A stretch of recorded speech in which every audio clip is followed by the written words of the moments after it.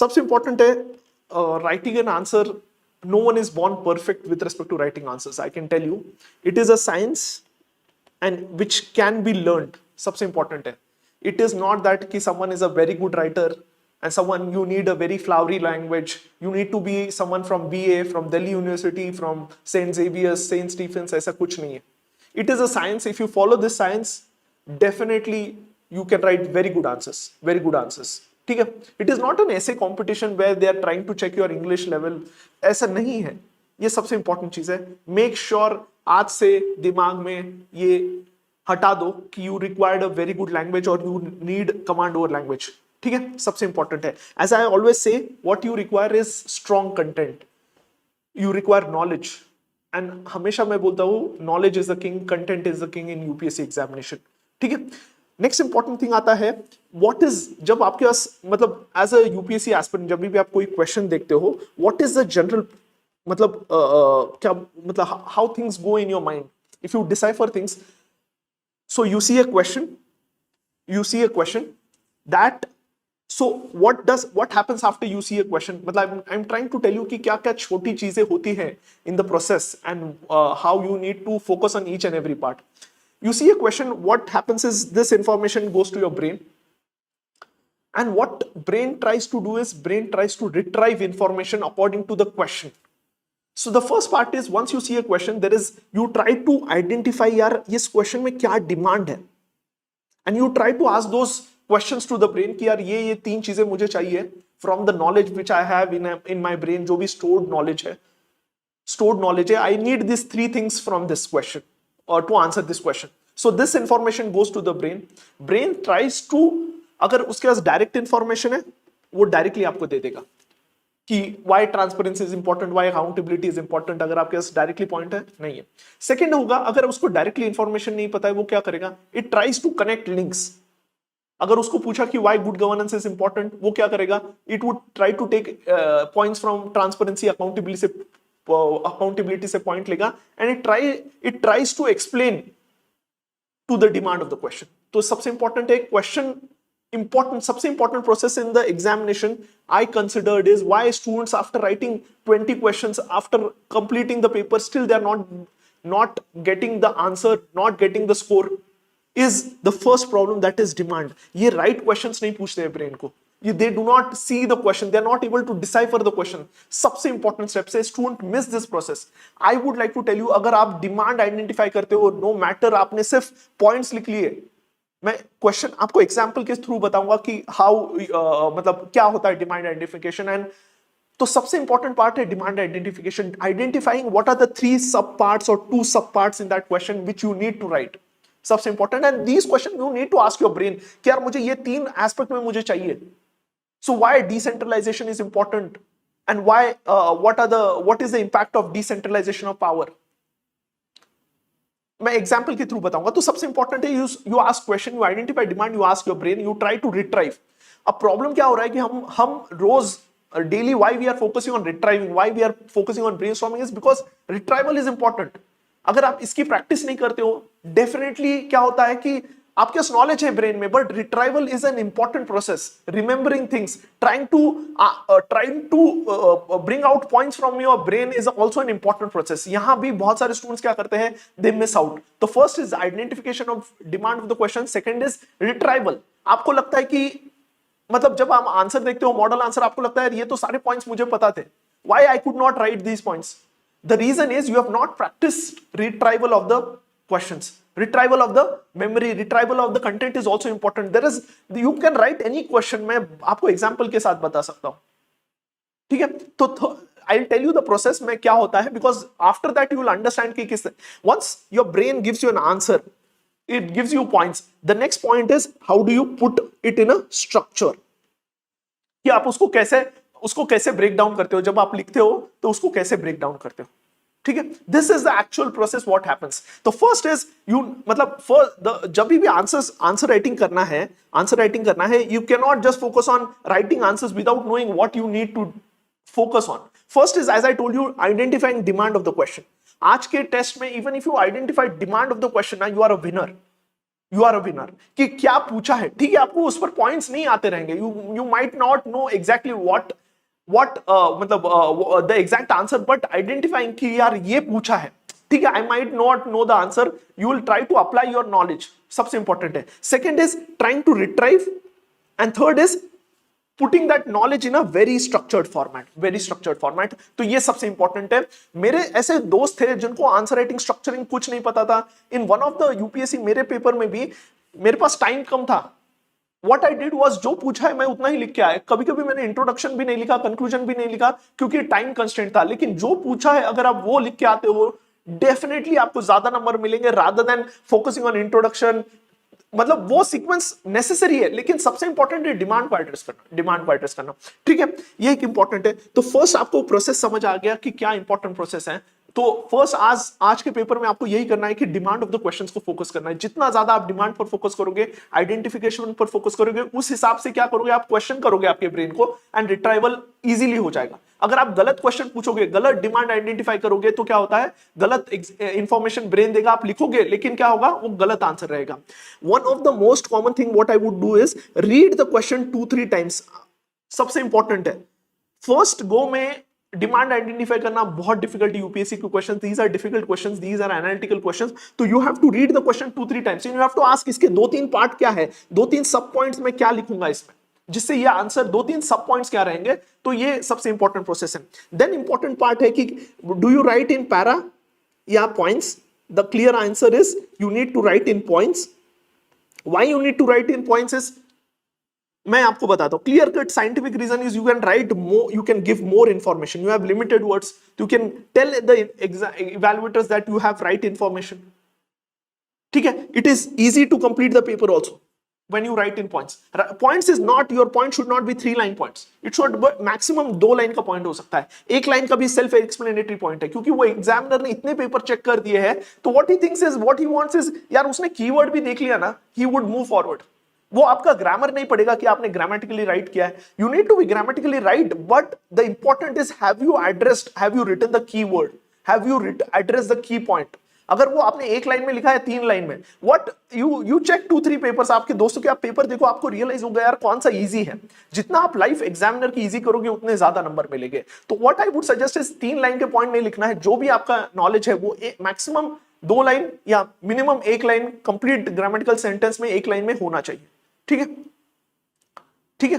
तो ये सबसे इंपॉर्टेंट है, पॉइंट्स में ही लिखना है। आप कितने पॉइंट्स लिखने हैं, 10 मार्कर क्वेश्चन में you have to write close to 8 to 10 points, सबसे इंपॉर्टेंट है।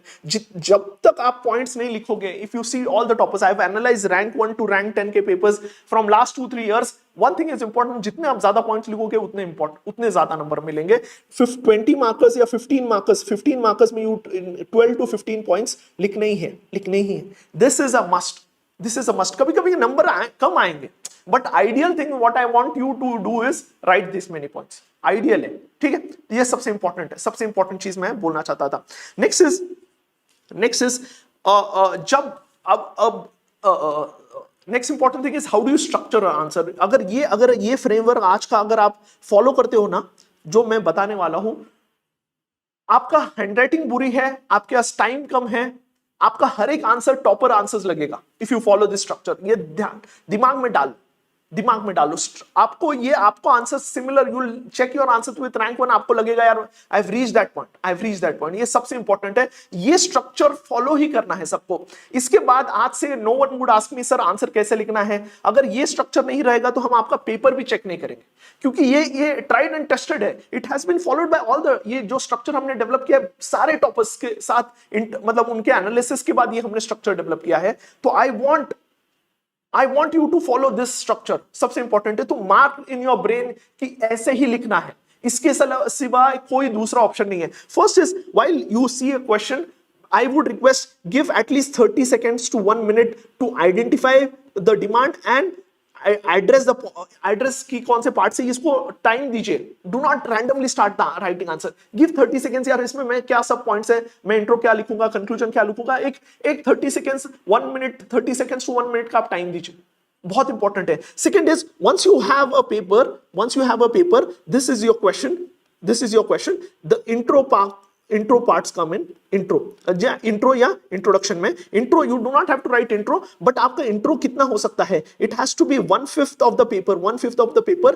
इतना आप maximum intro लिख सकते हो it cannot be more than 3 to 4 lines कोई भी टॉपर का पेपर देख लो 3 to 4 लाइन से ज्यादा इंट्रोडक्शन नहीं होना चाहिए इंट्रोडक्शन लिखने के लिए कुछ टिप्स दूंगा मैं अगर ये फॉलो करोगे तो आपको इजीली क्वेश्चन इजीली क्या होगा इजीली आप इंट्रोडक्शन लिख सकते हो इंट्रो में what examiner is trying to explain is if you मतलब एक क्वेश्चन था I would like to put that question in front of you मतलब आप क्या इंट्रोडक्शन लिखते हैं इस क्वेश्चन में take this question from last year इसमें क्या इंट्रोडक्शन लिखते हैं टेकिंग अ सिंपल क्वेश्चन ठीक है क्या सिंपल कि reforming the government's delivery system through direct benefit transfer scheme is a progressive step ठीक है but it has limitations too ठीक है अब इसमें the introduction can be of 2-3 times first is current affairs is the best way to introduce कि government has introduce various DBT scheme such as PM Kisan योजना हो गया scholarship scheme directly delivered to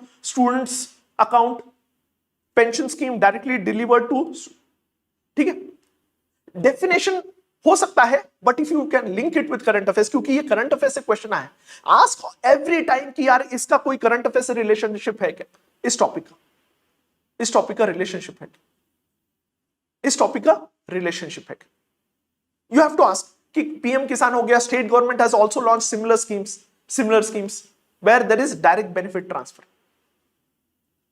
नहीं you do not have to write introduction नहीं लिखना है मैं बोल रहा हूं कि introduction is the first part intro you do not have to ठीक है नो ठीक है इंपॉर्टेंट है कि करंट अफेयर से लिंक कर दिया you can also write what is direct benefit transfer but that would be very तो इंट्रोडक्शन में the best way is current second could be data if you have certain data with respect to DBT या अगर कोई दूसरा scheme है दूसरा अगर कहां डेटा फिक्स हो रहा है अगर डिसेबिलिटी की बात है या फिर वल्नरेबल सेक्शन की बात है ठीक है इफ यू तो ये सबसे important third could be definition ठीक है द बेस्ट कुड बी मुझे लगता है कि current affairs if you are trying to tell him यार I know this context definitely he would be impressed यार इसको पता है कि किस पर्सपेक्टिव से एक क्वेश्चन पूछा नेक्स्ट कुड बी जैसे ही मैंने इंट्रोडक्शन लिख दिया यहां कि कौन से स्कीम्स ठीक है नेक्स्ट क्या पूछा है the next part is this question is demanding कि why it is a progressive step ठीक है अब मेरे आंसर्स में क्या रहेगा ये मेरा क्वेश्चन है इंट्रोडक्शन मैंने इतना लिख दिया जहां मैंने करंट अफेयर से उसको लिंक कर दिया and simultaneously I would have told the examiner that evaluator that कि this is the definition where the benefits are directly transferred without any intermediaries ठीक है and next जैसे इंट्रोडक्शन आपका खत्म हो गया next thing you have to do is as I have identified two parts of this it first why I need to explain why it is a progressive step तो मैं क्या करूंगा progressive step DBT as a progressive step मैं ऐसे करूंगा इसको A दूंगा capital and I'll put a box ठीक है यही करना है आपको you have to tell the examiner कि I have addressed this question I have addressed जो आपने पूछा है ना प्रोग्रेसिव स्टेप यहां क्या पूछा है प्रोग्रेसिव स्टेप मैं यही वर्ड यूज करूंगा why it is a progressive step because तो यहां आप क्या करोगे देन यू विल राइट 1 2 3 4 जो भी आपको लग रहा है 4 पॉइंट्स आपने लिख लिए why it is a progressive step corruption कम हो रहा है लीकेजेस कम हो रहे हैं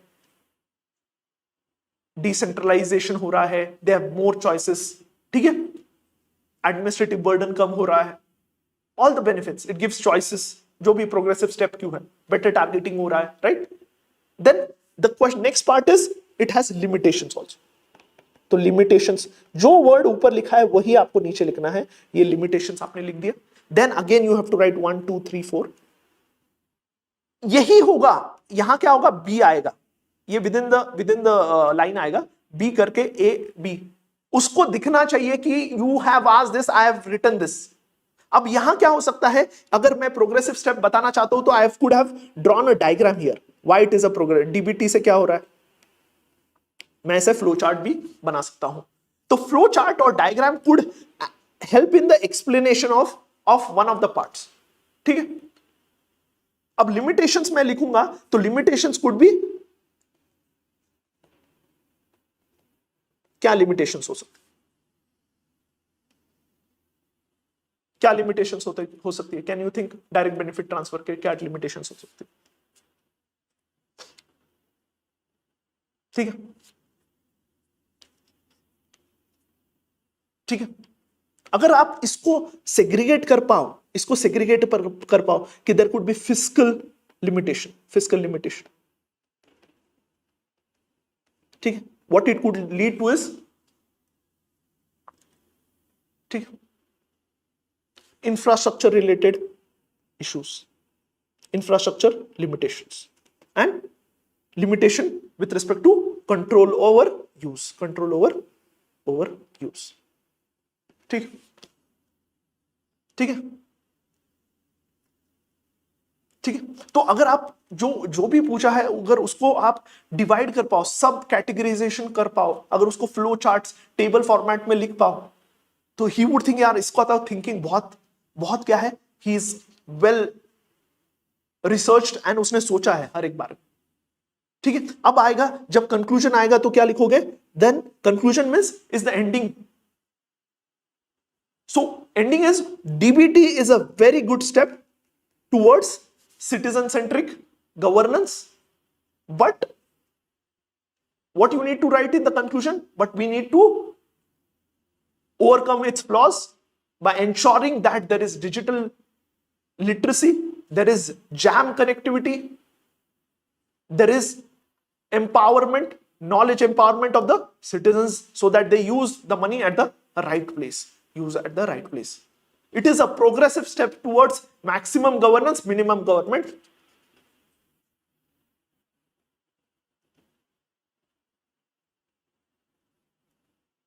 We do not have to, you do not have to mention way forward, ये लास्ट वाला पार्ट है। तो अगर ये 15 नंबर क्वेश्चन है तो यहां आपका मतलब आप लिखोगे, वे फॉरवर्ड नहीं लिखना है, वहां कोई टर्म नहीं यूज करना है कंक्लूजन। अगर आप वैसे टर्म्स यूज करते हो तो इट शोज कि आप बहुत मेथोडोलॉजिकल, बहुत आपने कहीं से किया है। Definitely you can use example, progressive e rupee हो गया, डिजिटल करेंसी हो गया, फूड कूपन्स हो गया। इंस्टेड ऑफ डायरेक्टली पीडीएस के जगह हम क्या कर सकते हैं, फूड कूपन्स दे सकते हैं, फूड कूपन्स,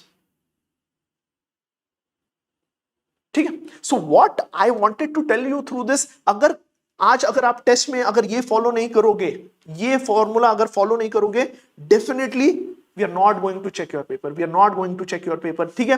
तो फर्स्ट थिंग इज इंट्रो बहुत इंपॉर्टेंट है, इंट्रो लिखना नहीं है, is just that I want to tell you intro would be 2 to 3 lines, maximum 4 lines. It has to be linked to current affairs, first priority current affairs, data, definition से हो सकता है, अगर कुछ भी नहीं आ रहा है तो definition लिखना, लेकिन next is identifying the parts and writing down in a box, ए लिख के बॉक्स में लिखो, उसके नीचे डायरेक्टली इधर मत स्टार्ट करना, इधर 1 2 3 4 एकदम क्लियर, एक के नीचे एक। जब आपकी हैंडराइटिंग पुअर है, जब आप फास्ट लिखते हो, अगर इस तरीके से स्ट्रक्चरिंग है ना, तो ये एग्जामिनर कैन आइडेंटिफाई, यार इसने ये पूछा है, ये लिखा है, अगर वो सिर्फ कीवर्ड्स आइडेंटिफाई करके मार्क करेगा, मार्क करेगा।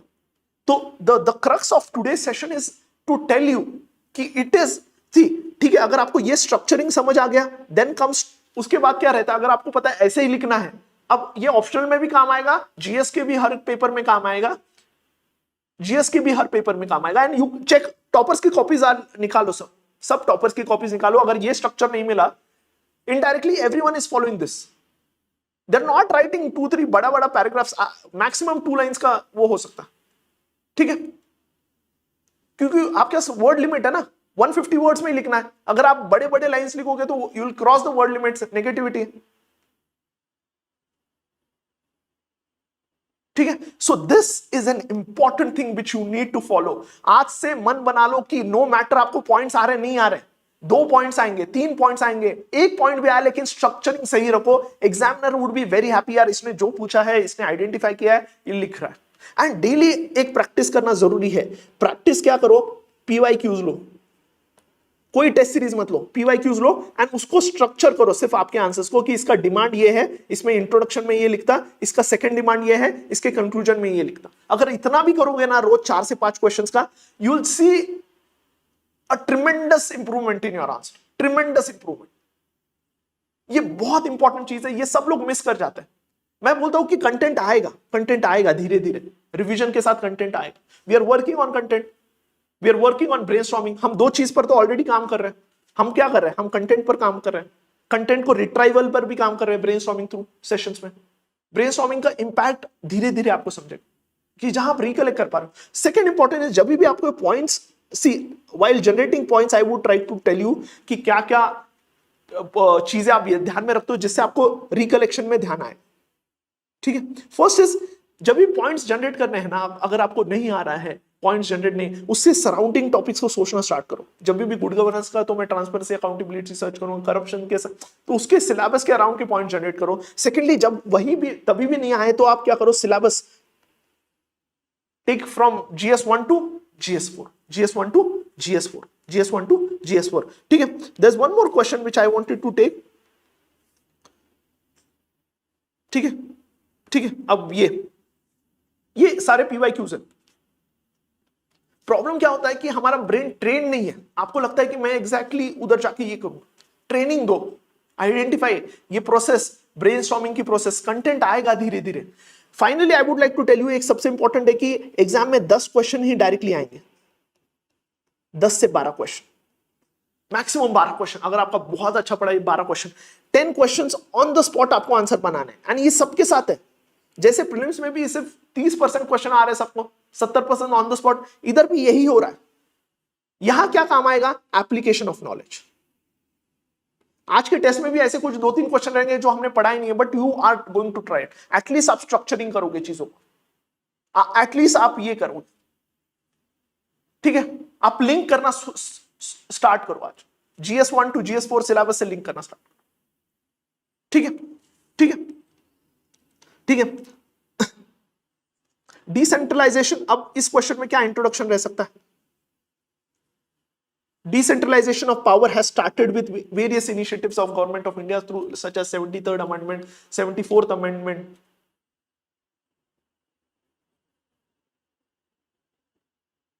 और क्या लिख सकते हो, और क्या लिख सकते हो? Can anyone tell me decentralization of power कैसे हुआ? ठीक है, decentralization of power has happened through 73rd and 74th amendment. ठीक है, decentralization of power has happened through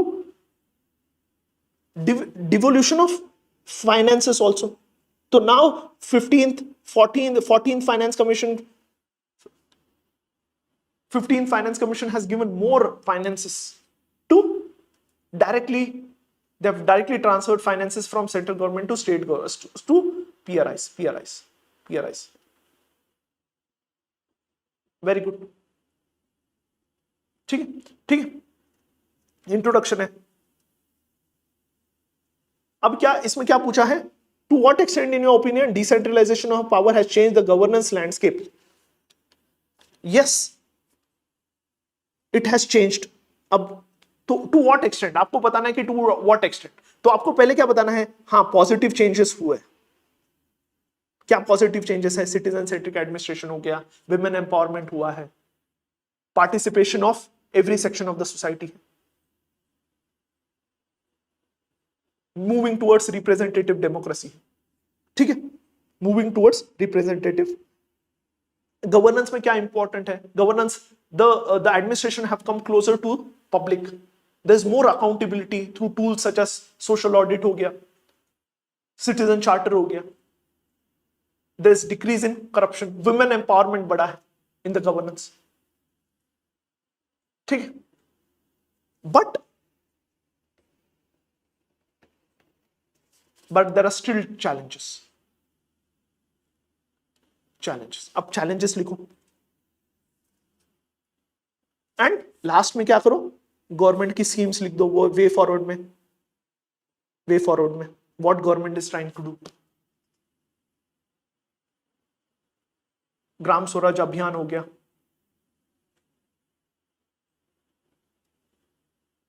gram Swaraj, there is a separate ministries for PRI। ठीक है, चलेगा everyone, thank you.